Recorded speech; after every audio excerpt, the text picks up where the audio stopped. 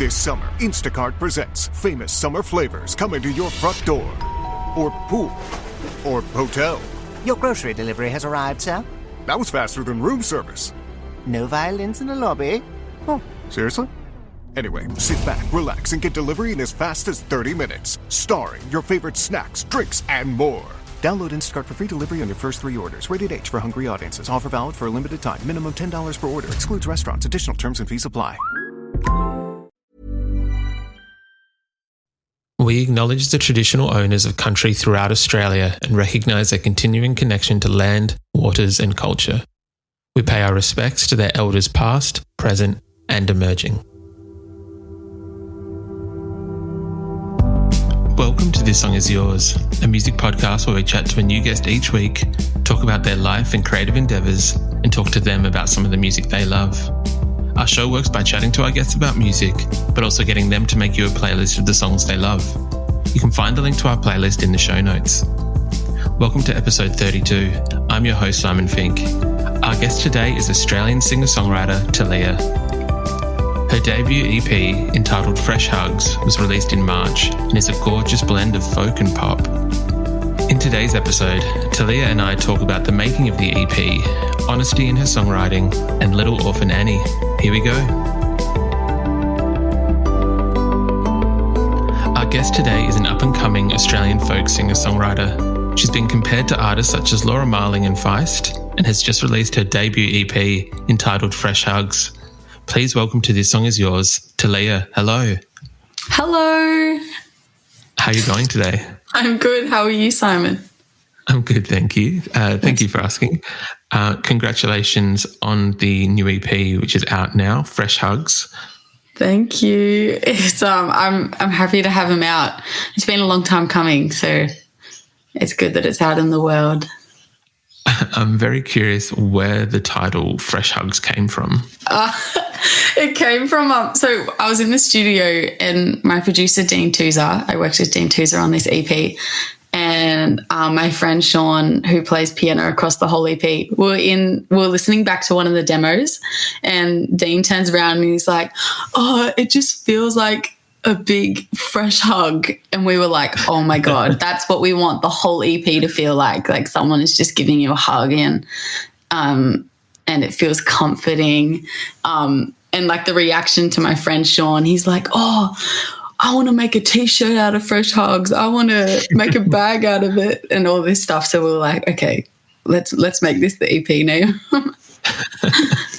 I'm curious as well, is there the stylistic choice to put the S as a $, is there any motive behind that? Not really. We just thought it looks cool. And it's like fresh. Fair. Like, I don't know. That's the kind of vibe that I got from it. It was like like an early 2000s Nelly single almost with like a $S. Yeah. Well, I think because like a hug is kind of more it's not like childish or anything, but like when you say hug, it feels in a way it kind of does feel childish, like, because I don't know, I just imagine being young and like getting a big hug from your mum or something, and it just like feels so good. And then we think that the EP is cool, so we just wanted to make it sound cooler with fresh and the $. The EP itself, it is quite gorgeous. It is quite intimate as well, and it does have a very personal feel to it. I know you just said before it's kind of been sitting on it for a while. How long has the EP been in the works, I guess, from writing that first song up until now that it's out? So I wrote all of those songs while I was in year 12. So I'm 2 years out now. And I went into the studio and I met Dean for the first time in like late 2019, like just after I'd finished school. And it was kind of, I met a few producers and just to see who I clicked with, and I really, really loved Dean and his work and like his passion and care for the artist. And so we started working in late February, and I was on tour at the time, And so when I'd come home, I'd be in the studio and then go off again. And so it's been since March when we started working on or like thinking about what direction we wanted it to go in, because I went in and I had no clue what my sound was or what I wanted to put out. But I guess I knew what I liked and didn't like. So it was kind of just crossing off things and being like, oh, yeah, I like this, which a lot of the songs that I liked at the time were all acoustic based and very like organic instruments. And so we started off with mainly guitar and vocals, very, very simple, got the structure and the tempo, and then just added from there and explored different directions. For yourself, when you are writing a song, is it something, do you start with lyrics first and then kind of work out a melody from there, or is it the reverse? It's usually the reverse. Normally it's just a random melody that kind of pops into my head and I quickly record it on my phone. And a lot of the time it's just mumbling, like I have no clue what it is. And then I'll find chords to that melody that I was singing and just kind of jam on those chords for a while. And when I listen back, what I thought was mumbling, I end up hearing words from that mumbling, and it's always the lyrics that I end up writing down is like something that I was feeling or have thought about. And I guess the mumbling is kind of like that subconscious thought coming through. And I'm like, oh, it all makes sense now. Like I know what I'm writing about. And so I can keep going with the song. That's very cool. The lyrics in your EP seem to be like very personal and very honest. For yourself, how important is that for you as an artist to be kind of true to yourself in a way when you are writing your lyrics? Well, I guess I'm putting it, lyrics are like a massive, like ever since I was young, I've always listened to lyrics, and that's been the first thing that I listen to when I hear a song.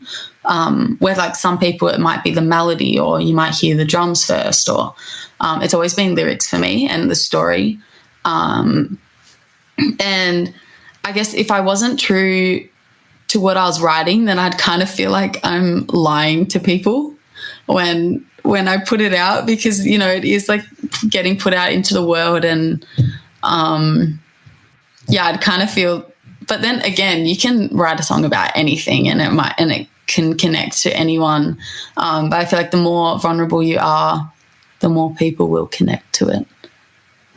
That's very fair. I do agree with that.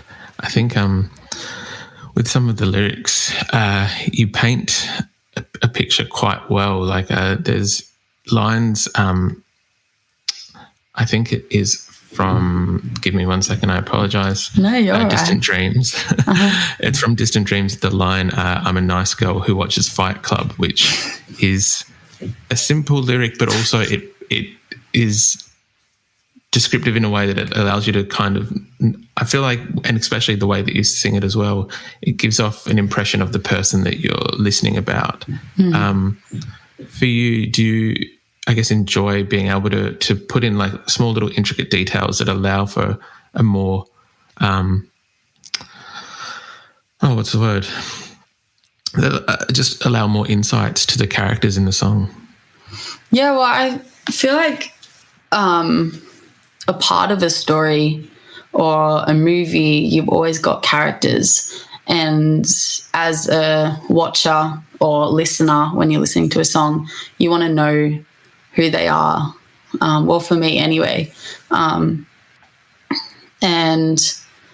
I think just, you just want to know who the characters are and what, like just little details, kind of just like a friend or whatever, you know, you like to know what, you're interested in what they do and you love what they do, and you like the person that they are. I don't know if that makes sense. Yeah, no. I'm kind of rambling. No, that 100% makes sense. I know as well, some of the lyrical content for the EP was quite personal as well. I think that there was one song that you wrote from the perspective of a friend, Take It Off Now Boy. And for a song like that, and I'll let you share the details of that song if you'd like to, that's 100% up to you. But I guess, how difficult do you find it to be able to verbalize like a problem or an issue like that, while still, I guess, balancing both wanting to make a great song but also not give away, you know, all the intricate details of a personal matter? Well, I guess because first of all, the song Take It Off Now Boy is, I think it's the second song in the EP, and I wrote it with my friend Sean. And one of our friends during year 12 was put under a coma because his body became paralyzed. It's like a way that his body deals with stress is that it puts itself into paralysis, which is, it's crazy. It's how the mind works is just like, it's hard to understand. And at the time, his partner cheated on him while he was in a coma. And my friend Sean came over and he was telling me about it, and we were just like, what? We just couldn't even like comprehend it. And we already, you know, like our friend was already going through such a hard time. And Sean started playing some chords on the piano and it just flowed out, and we wrote it in about 20 minutes. And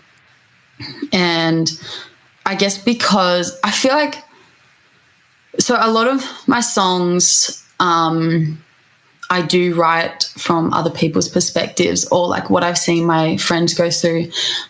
And I don't know what it is, but I find it kind of easy to put myself in other people's shoes and like really feel their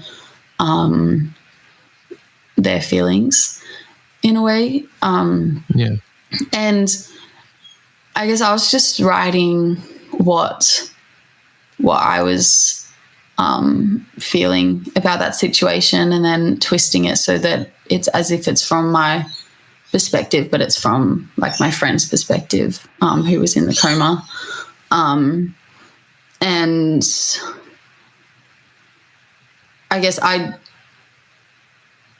there is like a point where sometimes I'm like, I don't think I should put certain lyrics in when they are very like straight to the point and very personal to that person or to the situation, or it could maybe like offend someone or make someone upset. But yeah, it's sometimes it's hard to control what lyrics you're going to write and everything like in that moment. And there has been times where I have changed lyrics like last minute because I'm like, I don't want to offend anyone or make anyone upset. Especially when see, the thing is, my friend who is in the coma, he loves that it was about him. He loves the song.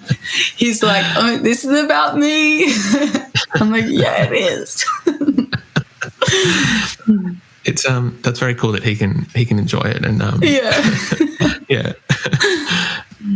You had I know you said that you worked on the EP with Dean.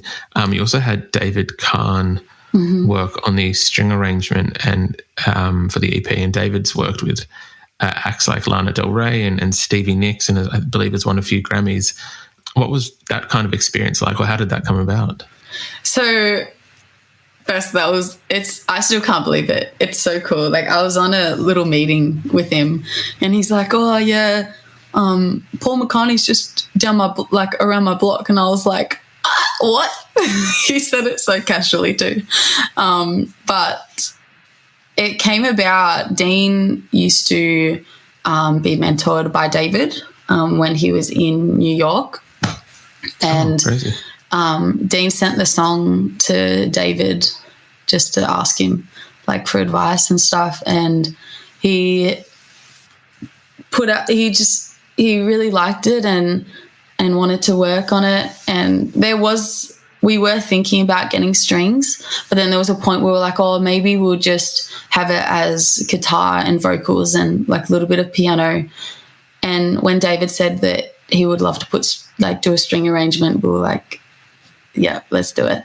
And when he sent it back, just the demo that he'd just done all like by programmed strings and like plugins, it sounded amazing. At first I was like, because the song had changed a lot, because it was so like simple, and then when the strings got on, I was like, oh my God, this is crazy. Like, it's been completely flipped, and I was a bit like, oh, I don't know if I like it.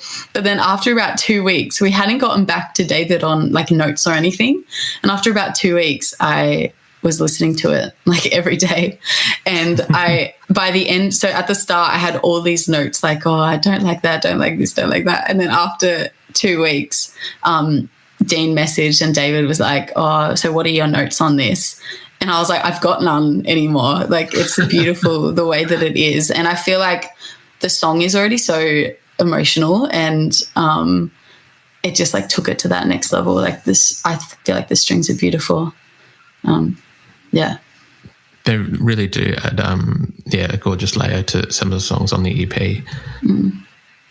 There's also a few samples of spoken word throughout the EP, which I feel like add, again, talking about the intimate nature of the EP, it just kind of adds that little bit more to make it feel like almost like a friend, I guess, in a way.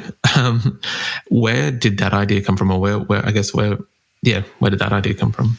So the first one, which is called Teenagers, the first track, when we're working on Just My Type, like in the studio, we'd always have images going, like, I don't know, when you listen to a song, do you see things, or like maybe imagine video clips and all that stuff? So in the studio, we did a lot of that, and we'd like go really deep into YouTube videos of like what we're seeing, and like try, and then we'd mute the YouTube video and play the song over the top and like kind of watch it like a movie. That's very cool. Yeah. And at one point, we were like, oh, I keep seeing like 1950s teenagers like dancing around and stuff. And so we went deep into YouTube and found this video, or this interview of a lady called Lady Lewisham, and she was talking about teenagers and how they like judged a lot by like the older generation, and all the videos were like them like in a ball dancing, and it was like some young kids playing and listening to records in like the record shop, like with their headphones on. And there was this one part where she was talking, and we were like, oh my God, let's try put that at the front of the song and see what it's like. And it just fit like really perfectly, and I feel like it sets up the EP. And because she is talking about teenagers and all that stuff, all of the songs are written from a teenager's perspective, and like what like first experiences of just life in general. And it felt really good, and we kept it in there, and then we couldn't part with it. And then the second one, which is called Hey My Friend, and it's before the song Okay, which we were talking about just before. I didn't know that it was being recorded. So when we were recording vocals, I really wanted to capture the emotion of the song, and because it still is the only song that I've ever cried to on stage. Like every time I sing it, I just get really emotional. It's probably the most honest song that I've ever written, and personal to me. And so I was like to Dean and Damien, my manager, who was also in the studio at the time, I was like, can I tell you what it's about, so that I get emotional and really feel it. And they're like, yeah, go ahead. And so I just started speaking, and then recorded the vocal tracks. And like in the vocal tracks, you can hear me like sniffling because I was just crying while I was telling it to them. And I went back in to listen to the demo that we'd done, and Damien's like, oh, put on that talking track. And I was like, what talking track? Like, what are you talking about? And they played it, and I just burst into tears. It was, yeah. And I actually wasn't going to and what it is, for those who haven't heard it, it's just me talking about what the song is about pretty much. But I can't like speak because I'm all choked up and I keep rambling and saying things. So it's not exactly what it's about. Well, as in, it's not described exactly to that experience. And kind of what we're saying before, how you're saying, Okay, you can do this. I know. Carvana makes it so convenient to sell your car. It's just hard to let go. My car and I have been through so much together. But look, you already have a great offer from Carvana. That was fast. Well, I know my license plate and VIN by heart, and those questions were easy. You're almost there. Now to just accept the offer and schedule a pickup or drop-off. How'd you do it? How are you so strong in letting go of your car? Well, I already made up my mind, and Carvana's so easy. Yeah, true. And sold. Go to Carvana.com to sell your car the convenient way.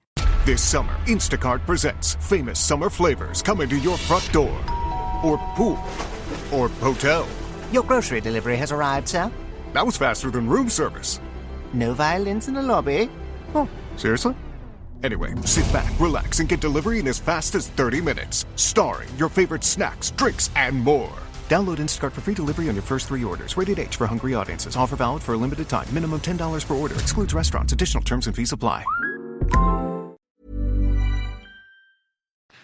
with Take It Off Now Boy, like, do you find going into those those minor details, like, do you pull back from them? And with this talking track, I wasn't actually going to have it on the EP until everyone else was like, yeah, put it on, like, it makes it really emotional. But I was scared because, you know, it is about one of my friends and it is very personal. And I find talking about my feelings, I find that so hard. I can sing about my feelings easy, but like talking about them is just, it's like a next level thing for me. And so having that on was like very vulnerable for me. And also I didn't want my friend to get upset.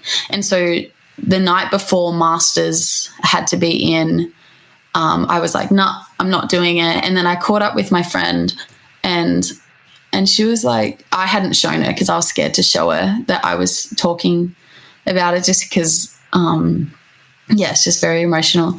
And I showed it to her and she was like, no, put it on. Like, it could help someone. And, you know, it's you being honest and, yeah, like, you never know who it could help. And so last minute I was like, okay, I'm going to put it on.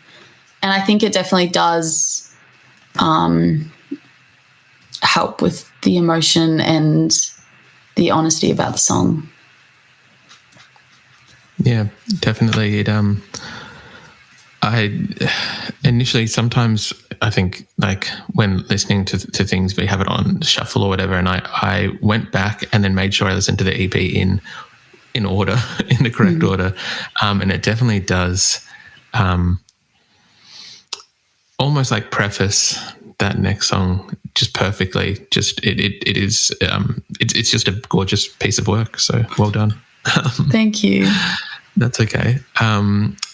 Talking. This is a horrible segue, so I apologize. Talking about YouTube just a second ago with the samples. I wanted to talk about the music video for Distant Dreams. It does kind of appear almost like a fevered dream where you're on a plane and there's like 100 eyes on yourself, and then you're at a beach with lots of lobsters. Can you tell me, I guess, what on earth was going on when you came up with the inspiration for that one? So again, in the studio, we we're going like deep into YouTube, like really deep. And we started brainstorming all these things, like because the song is Distant Dreams, it's, you know, dreams are pretty weird. Like, you have some very weird dreams. And we're going on this rant about, imagine being like flying on a plane and then you're going over Hawaii and then you're sitting on the beach with like sweaters on and like just sunbathing as if it's normal. And so I made this collage of distant dreams and like what I saw. And for some reason I saw like a fish eating a shark instead of a shark eating a fish. Like, I don't know, just some random things. And also like the sky. I just imagined the sky. And I took it to Cass, who directed the video, and she was like, oh my God, what about this? And so it's just, I guess because dreams are so weird. So I'm sleeping on the plane. This is like I'm sleeping on the plane, and then in my dream, I'm on the beach in winter gear, just sunbathing, and then I just see something in the corner of my eye, and it's like a man with a fish head on in the water. Like, it's really weird. But yeah, it's very random, but it's a very cool video. When listening to the EP, and yeah, as we've discussed, it's this gorgeous, very intimate thing, and then watching the video, there's like a slight juxtaposition with it, but it's very cool. It's a very, very good video. Yeah. I'll make sure we link it into the podcast so people can watch it and check it out. Tulliah, would you be happy to talk about the playlist that you sent through? Yes, I will.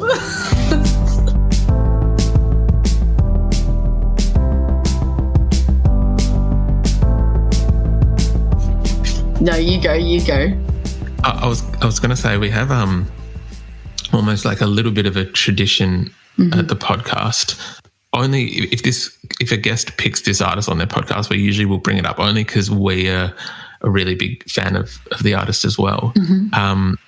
What is it about Motion Sickness by Phoebe Bridgers that you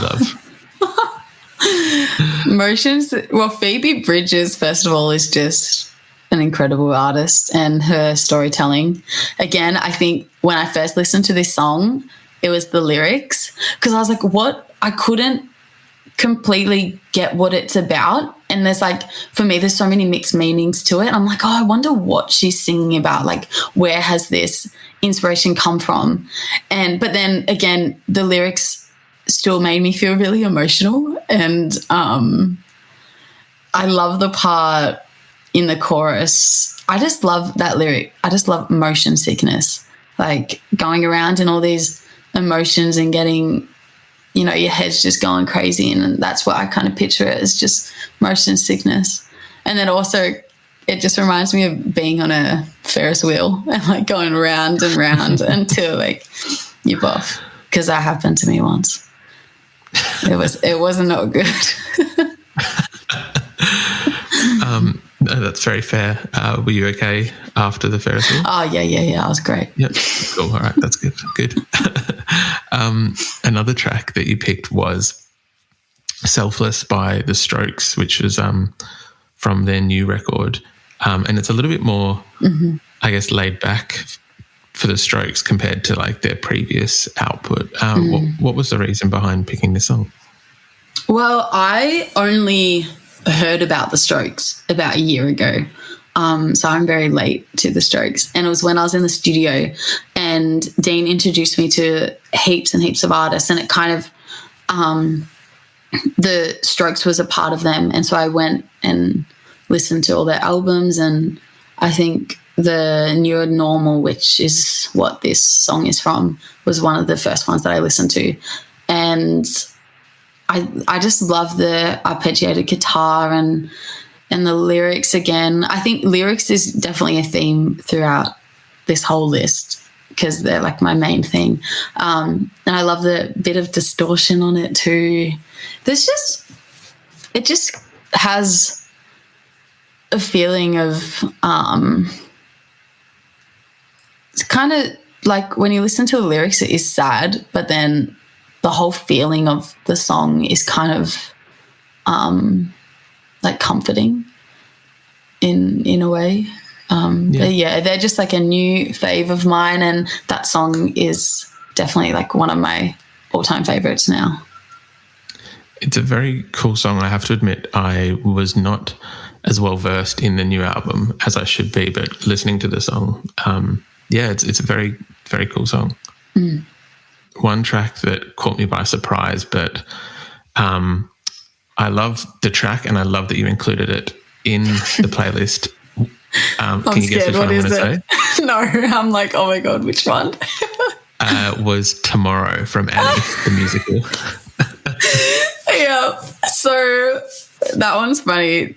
When I was younger, like really, really little, it was like the only song that I'd ever sing. But the only part that I'd sing is just tomorrow, tomorrow, da-na-na-na-na-na, tomorrow. And I didn't know the song at all. I only knew that little bit, and I still didn't even sing the lyrics properly. But it was just when I was like 4, I'd sing it everywhere. I'd sing it in the car all the time, but only that little bit just repeated over and over and over again. And so it's just a little symbol of me loving music, or like, I guess from my parents' perspective, they're like, oh, she's into music or whatever, because I just sing it over and over and over again. Feel bad for them. Were your parents musical in any way? My mum was a singer, and she kind of gave it up though when she was about 25-ish, which I feel like she regrets giving it up. So my mum was a singer, and my dad, he doesn't play music at all, but he appreciates music. That's awesome. I did see I think it was a TikTok of your mum singing along to one of your songs, but maybe not getting all the words. That was very, very cute. Yeah, that's her. Was there any other songs from the playlist that you'd like to talk about? Maybe I'll go from 1,000 Sundowns by Emma Louise, which when I was in year 7, I started singing lessons, and I got put into a new group of like older girls, and they were like 22, 25, and I was like 13. And one of the girls brought in this song, 1,000 Sundowns, and I just remember being in complete awe. And I think it was the first song that really made me appreciate lyrics, because if you listen to the song, it's like she just takes you on a journey of someone's life in like 4 minutes.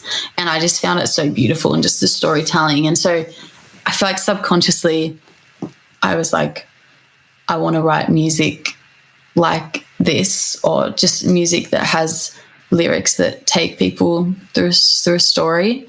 But it wasn't till year 9 till I started writing.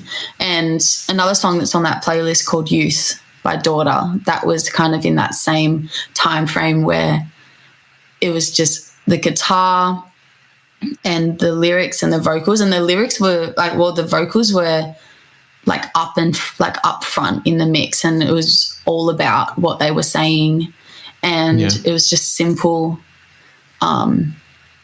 And so I think that's where my love for writing kind of started to like click, and the passion started to form.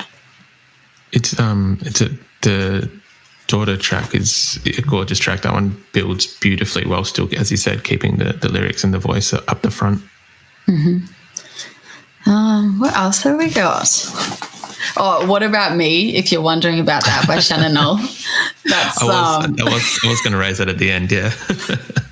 That's just a song that my family, that's like our song. And when I keep going back to when I was younger, but we'd all go in the lounge room and just put on Shannon Knoll's CD and just dance and sing to it. And there's like videos on our old camera of just us going crazy.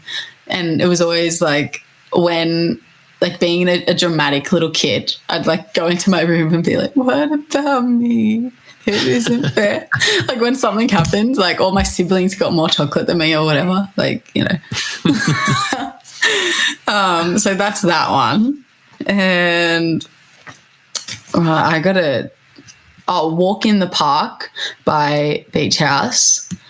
That one, that's probably one of my all-time faves as well now, which, again, I only heard about Beach House for the first... Do you know Beach House?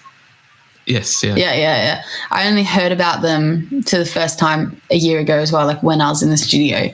And I was playing around on a drum machine, and it was when I started getting interest for drums and all that stuff. And I was playing around on Dean's like old bossa nova organ, and he was like, "Oh, well, listen to this song. You might like this." And the very first line, I was just like, "Oh my God!" Like, it was just like a moment where I think my music taste was just like opened up to a whole new palette of music, like Beach House, The Strokes, Tame Impala, The Beatles, Radiohead. Like, I'd never ever listened to them before that. And if I did listen to them before that, I wouldn't really think anything of it. Like, I'd be like, oh, nah. Yeah. But now it's like, this is the most beautiful music I've ever heard. And I love that song, and her voice is amazing, and the organ, or the synth or whatever she's playing there. Yeah, the whole, I think it is Teen Dream, the record that song's from, but yeah, gorgeous record.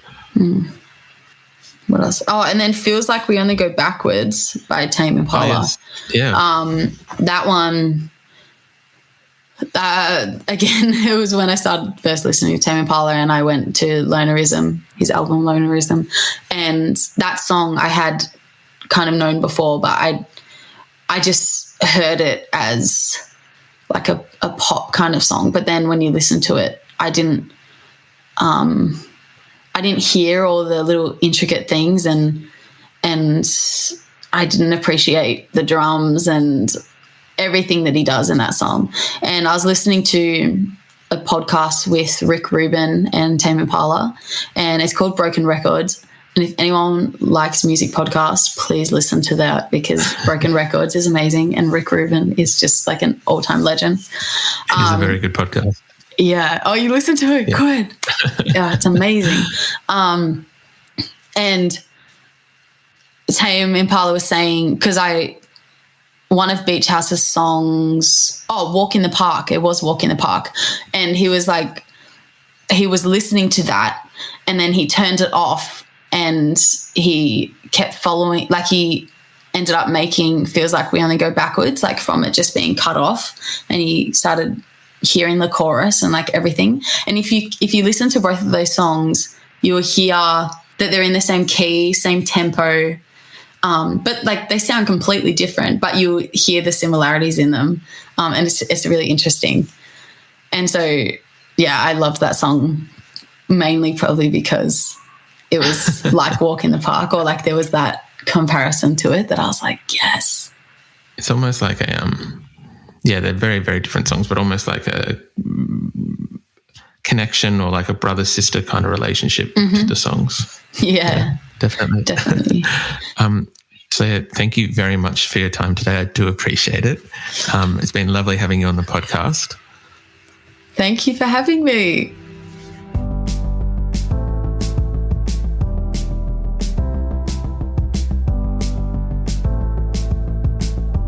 And that's our show. Thank you again to Tulliah. Her debut EP, Fresh Hugs, is out now. We've included links in the show notes to both her Spotify and the Distant Dreams music video on YouTube. We also want to give a quick shout out to Ella at Positive Feedback for helping out with today's interview. You can find a link to our Spotify playlist in the show notes, where you'll be able to listen to all of Tulliah's picks. If you like this show, please subscribe wherever you get your pods and stay up to date when new episodes are released. We release new shows each Thursday and Friday morning, with guest playlists streaming on Spotify at the same time. You can follow the playlist profile on Spotify, and you can follow us on Instagram, Facebook, and TikTok. Until next week, cheers.